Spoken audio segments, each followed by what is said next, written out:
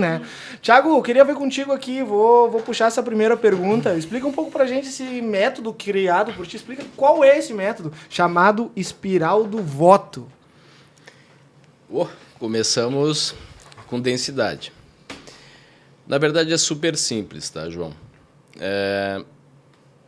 A gente parte sempre para qualquer estratégia do público. A gente precisa entender o público.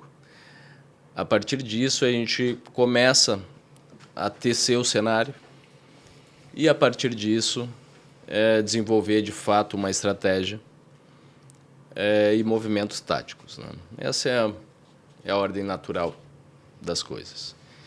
Pois, pensando no público e observando as eleições e os perfis de candidatos que eu atendi, que meus clientes concorreram, e eleições Brasil afora, eu resolvi classificar um pouquinho como se caracterizava o voto.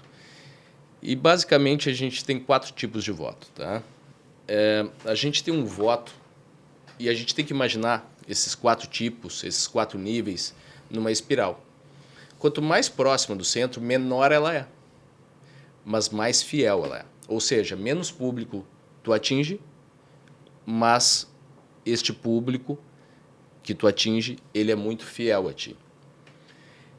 E nós temos, na primeira volta da espiral, o público de favorecimento. É aquele público que, de alguma forma, se favorece por alguma escolha popular, ou de algum político, enfim. Certo? Mas ele é muito restrito, porque ele é de favorecimento direto. A segunda volta da nossa espiral, ela é para um público que eu classifico como de proximidade. É aquele público que ele está próximo ao candidato, ele não é exatamente favorecido, mas ele está na rua, no bairro, na cidade, na região do candidato.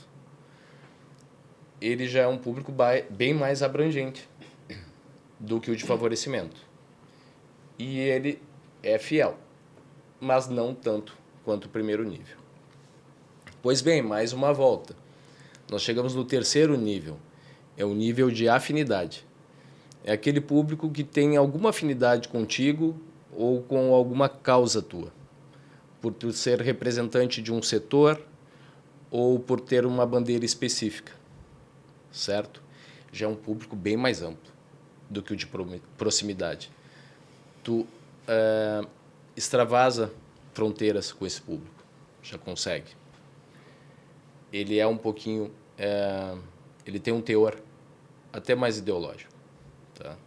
E um quarto nível, e é um nível de grandes massas, muito maior dessa espiral, ele é um voto totalmente promíscuo, dá para usar essa palavra, ele não é um voto fiel, não é um voto leal a ti, mas é o que tu atinge a maioria das pessoas, que é o voto que eu chamo e classifico como de reflexo seletivo, que a pessoa, por algum motivo, num domingo de eleição, saiu de casa, voltou de ti, mas ele não tem afinidade com as tuas ideias exatamente, ele não exatamente está próximo de ti, e tampouco ele vai ser favorecido por ti. Mas ele se lembra por algum reflexo, por algum estalo de algo relacionado a ti, e como ele não tinha nem afinidade, nem proximidade e nem favorecimento com nenhum outro candidato, ele acaba votando em ti. Qual é o grande trabalho que tem que ser feito, João, nessa espiral? Primeiramente, a gente transpor os níveis de favorecimento, de proximidade e de afinidade, até chegar no reflexo seletivo, e, a partir disso, trazer o público de reflexo seletivo para dentro de afinidade, porque ele lembra de ti por um motivo, então tu tem mais motivos afins àquele para que ele lembre e esteja nesse público contigo. E de afinidade trazer para próximo. Como? Com profundidade de conteúdo, por exemplo, nós vamos falar aqui, e na distribuição dele, incluindo ele, de certa forma, em eventos que tu esteja, ou indo a eventos que eles estejam, e assim tu vai construindo essa relação, de forma que tu solidifique uma base aumente a audiência e se torne mais conhecido.